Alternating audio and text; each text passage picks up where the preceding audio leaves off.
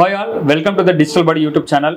ఈ వీడియోలో నేను మీకు ఎస్ఎంఎస్ మార్కెటింగ్ గురించి నేను మీకు ఇన్ఫర్మేషన్ ఇస్తాను. అసలు ఎస్ఎంఎస్ మార్కెటింగ్ ఎక్కడెక్కడ యూజ్ చేయొచ్చు, ఈ ఎస్ఎంఎస్ మార్కెటింగ్ ఉండే టూల్స్ ఏంటి, దానికి ఉన్న లీగాలిటీస్ కూడా నేను ఎక్స్ప్లెయిన్ చేయడానికి ట్రై చేస్తాను. సో మీకు గుర్తుందా, ఎస్ఎంఎస్ మనము అప్పట్లో అన్లిమిటెడ్ అంటే ఎక్కువ ఎస్ఎంఎస్లో పంపుకునే ఛాన్స్ ఉండే. కాకపోతే ట్రై టెలికామ్ రెగ్యులారిటీ ఏదైతే ఉందో TRAI ట్రై అంటారు దాన్ని షార్ట్కట్లో. వీళ్ళు కొంత రిస్ట్రిక్షన్ తీసుకొచ్చారు. అంటే ఒక ఫోన్ నెంబర్ నుంచి 100 ఎస్ఎంఎస్ల కంటే ఎక్కువ పంపడానికి ఛాన్స్ లేకుండా చేశారు. సార్ ప్రస్తుత రోజుల్లో ఎస్ఎంఎస్లు ఎవరు వాడుతున్నారు సార్, అంతా వాట్సాపే వాడుతున్నారు కదా అంటే ఎస్ వాడుతున్నారు, అది కరెక్టే. బట్ అంతకుముందు ఆ రిస్ట్రిక్షన్ తీసుకొచ్చారు. అయితే ఈ టెలికామ్ రెగ్యులారిటీ ఈ ట్రాయే కొన్ని రూల్స్ తీసుకొచ్చింది అనమాట. ఈవెన్ బిజినెసెస్ ఒకవేళ మీరు ఎస్ఎంఎస్ మార్కెటింగ్ చేసుకోవాలన్నా వీళ్ళకు కొన్ని రూల్స్ తీసుకొచ్చింది.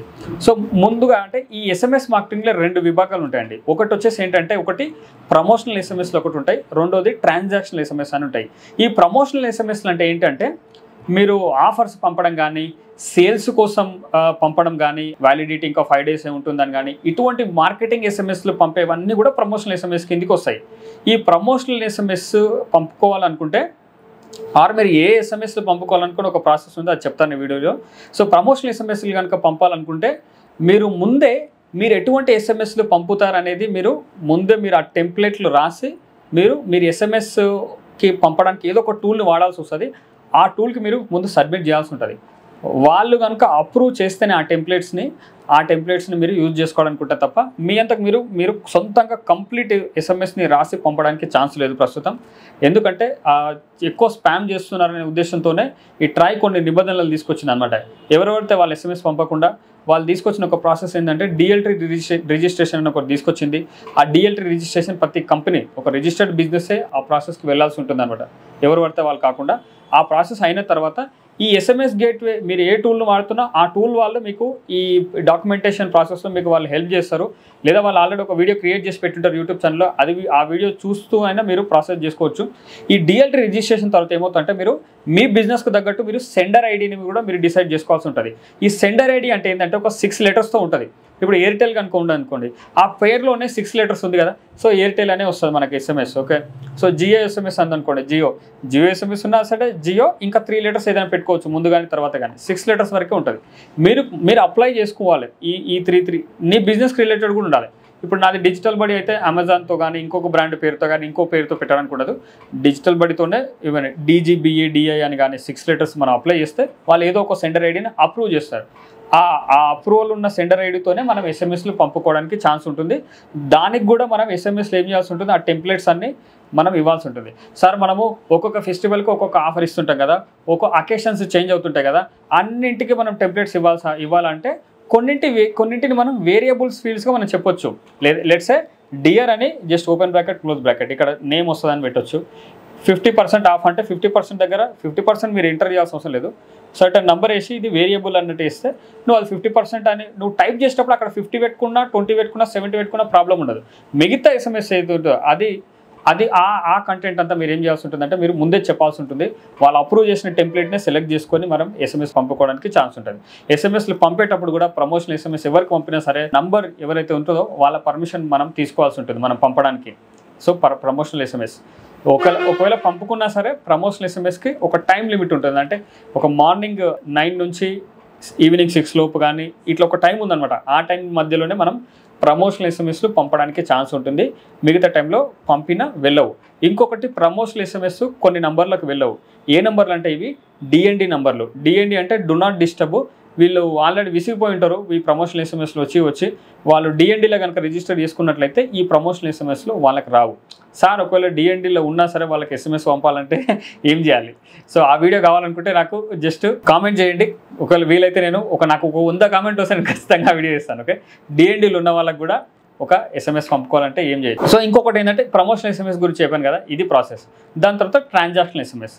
ఈ ట్రాన్సాక్షనల్ ఎస్ఎంఎస్లు ఏంటంటే ఈ ట్రాన్సాక్షన్ జరిగినప్పుడు పంపాలి. ఇది ప్రమోషనల్ ఉండొద్దు అనమాట. మీ ప్రోడక్ట్ కానీ మీ సర్వీస్ కానీ ఎవరైనా పర్చేజ్ చేశారనుకోండి, thank you for purchasing our service కానీ అవర్ ప్రోడక్ట్ అని కానీ అటువంటి ఎస్ఎంఎస్లు కనుక మీరు పంపాలనుకుంటే వీటిని ట్రాన్సాక్షనల్ ఎస్ఎంఎస్ అంటారు. ఒకవేళ మీరు బస్ టికెట్ బుక్ చేసుకున్నా, ట్రైన్ టికెట్ బుక్ చేసుకున్నా, ఇట్ కెన్ బి ఆర్ మీరు ఫ్లైట్ టికెట్ బుక్ చేసుకున్నా, మీకు ఎస్ఎంఎస్లు వస్తే చూడండి, మీరు ఈ సీట్ నెంబర్ ఇదంతా వీటిని ట్రాన్సాక్షన్ ఎస్ఎంఎస్ అంటారు. ఈవెన్ ఒకవేళ మీరు మూవీకి వెళ్తున్న థియేటర్లో టికెట్ బుక్ చేసుకుంటే మీకు వచ్చే ఎస్ఎంఎస్ ఏదైతే ఉంటుందో ఆ ఎస్ఎంఎస్ కూడా అది కూడా ట్రాన్సాక్షన్లు అనమాట. ఈ ట్రాన్సాక్షన్ ఎస్ఎంఎస్లు కూడా ముందే టెంప్లెట్స్ మీరు పెట్టాల్సి ఉంటుంది. మీరు ఎస్ఎంఎస్ టూల్లో అది పెడితే వాళ్ళు అప్రూవ్ చేస్తే ఆ ఎస్ఎంఎస్లని మనం పంపుకోవడానికి ఛాన్స్ ఉంటుంది, వేరే పంపుకోవడానికి ఛాన్స్ ఉండదు. ఈ ట్రాన్సాక్షన్ ఎస్ఎంఎస్కి ఏంటి అంటే ఒకటి ఏంటంటే వెసులుబాటు ఉంది ఏంటంటే ఇవి మీరు 24/7లో మీరు ఏ టైం కన్నా మీరు పంపుకోవచ్చు ట్రాన్సాక్షన్ ఎస్ఎంఎస్. ఎందుకంటే యూజర్ ట్రాన్సాక్షన్ చేస్తేనే మనం పంపిస్తున్నాం కాబట్టి మనం పంపుకోవచ్చు. రెండోది ఏంటంటే ఈ ట్రాన్సాక్షన్ ఎస్ఎంఎస్ డిఎన్డీలో ఉన్న వాళ్ళకి కూడా వెళ్తాయా అంటే వెళ్తాయి. డిఎన్డీలో ఉన్నా సరే ఈ ట్రాన్సాక్షన్ ఎస్ఎంఎస్లు అయితే వెళ్తాయి. ఎందుకంటే ఇది ప్రమోషన్ది కాదు కాబట్టి వెళ్ళే ఛాన్స్ ఉంటుంది. సార్ ఇంత వాట్సాప్ వస్తుంది, వాట్సాప్ ఎక్కువ వాడుతున్నారు, కొన్ని అయితే ఎస్ఎంఎస్ నుంచి షిఫ్ట్ అయిపోయి వాట్సాప్కే షిఫ్ట్ అవుతున్నారు, ఎస్ఎంఎస్లు పంపకుండా. వాట్సాప్ ఏపీఐ వచ్చిన తర్వాత ఎక్కువ బిజినెసెస్ అడాప్ట్ చేసుకుంటున్నాయి, ఇంక్లూడింగ్ చిన్న బిజినెసెస్కి కూడా సొల్యూషన్స్ ఉండేసరికి అక్కడ మూవ్ అవుతున్నారు కదా. ఈ రోజు కూడా స్టిల్ ఎస్ఎంఎస్ వ్యాలిడే అంటే ఎస్ వ్యాలిడ్, స్టిల్ వ్యాలిడే. ఎస్ఎంఎస్ మార్కెటింగ్ని వాడుతున్నారు. నేను ఇంకా చాలా ఫ్యాక్ట్స్తో నేను ఒక లింక్ ఇస్తాను, ఆ లింక్ చూడండి, ఆ తర్వాత మీకు అర్థమవుతుంది ఈరోజు కూడా ఎస్ఎంఎస్ స్టిల్ రిలవెంట్ కాదనేది. ఇంకా వాట్సాప్ సార్ వాట్సాప్ వాడొద్దా అంటే వాట్సాప్ ఒకవేళ ఉందనుకుంటే అది కొంచెం కాస్ట్లీ ఉంటుంది ఒకవేళ కంపేర్ విత్ ఎస్ఎంఎస్. ఎస్ఎంఎస్లో మీకు ఇంకొకటి ఏంటంటే 160 క్యారెక్టర్స్ ఆర్ ఒక సర్టన్ లిమిట్ ఉంటుంది. ఇంత లిమిట్ కంటే ఎక్కువ క్యారెక్టర్స్ కనుక మనం పెడితే మనం అప్పుడైనా సరే ఎస్ఎంఎస్లు ఫోన్లో పంపుకున్నప్పుడు క్యారెక్టర్ లిమిట్ 160 కంటే ఎక్కువ ఉంటే 2 ఎస్ఎంఎస్లు కట్ అయ్యేది, ఒక ఎస్ఎంఎస్గా వెళ్ళేది కానీ 2 క్రెడిట్లు కట్ అయ్యేది కదా. సేమ్ ఇక్కడ కూడా అలాగే ఉంటుంది. మీరు కొనేటప్పుడే 1,00,000 క్రెడిట్లో 50,000 క్రెడిట్లో అలాగ ఉంటారు. అంటే 50,000 ఎస్ఎంఎస్లు లాగా మీ ఇన్ఫర్మేషన్ ఎక్కువ ఉందంటే మీకు ఎక్కువ కట్ అయ్యే ఛాన్స్ ఉంటుంది. ఇంకోటి ఇది ఇంగ్లీష్ లాంగ్వేజ్కి ఇప్పటివరకు నేను చెప్పింది వర్తిస్తుంది 160 క్యారెక్టర్స్.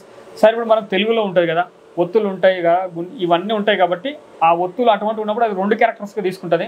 సో అటువంటి అప్పుడు మీరు ఒకవేళ 160 క్యారెక్టర్స్ తొందరగా దాటే ఛాన్స్ ఉంటుంది.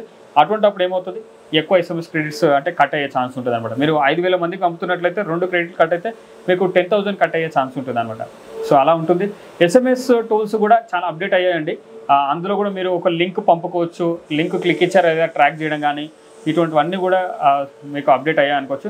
ఈవెన్ గూగుల్ కూడా RCS అని ఒక టెక్నాలజీ తీసుకొచ్చింది. ఇది వచ్చి చాలా రోజులు అవుతుంది, రిచ్ కమ్యూనికేషన్ సర్వీసెస్ అని. ఎస్ఎంఎస్లోనే మీరు ఒక ఫోటో పంపడం కానీ, ఒక PDF పంపడం కానీ, ఒక లింక్స్ పంపడం కానీ ఇటువంటి కూడా చేసే ఛాన్స్ ఉంది. ఈ సొల్యూషన్స్ ఇచ్చే కంపెనీస్ ఏమైనా ఉన్నాయా సార్ అంటే నాకు తెలిసిన కంపెనీస్లో కలైరా అనేది ఒకటి, KALEYRA కలైరా. ఇది చాలా పెద్ద కంపెనీ. కలైరా అండ్ సొల్యూషన్స్ ఇన్ఫిని అనే ఒక కంపెనీ ఉండే. ఈ రెండు మర్జ్ అయ్యి కలైరా అనే కంపెనీతో ముందుకెళ్ళాయి.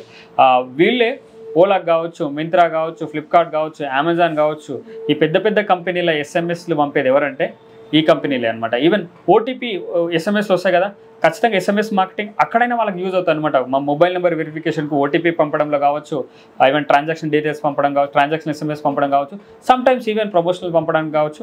ఎస్ఎంఎస్ స్టిల్ వ్యాలిడే. ఎస్ఎంఎస్ ఓపెన్ రేట్స్ అనేది చాలా ఎక్కువ ఉంటాయండి. మీరు if you compare with the WhatsApp or if you compare with the email also, SMS open rates are చాలా హై. చాలా క్విక్ ఇన్ఫర్మేషన్ ఎంతైతే అంత యూజ్ అవుతాయి కాబట్టి స్టిల్ బిజినెసెస్కి నీడే ఉంది.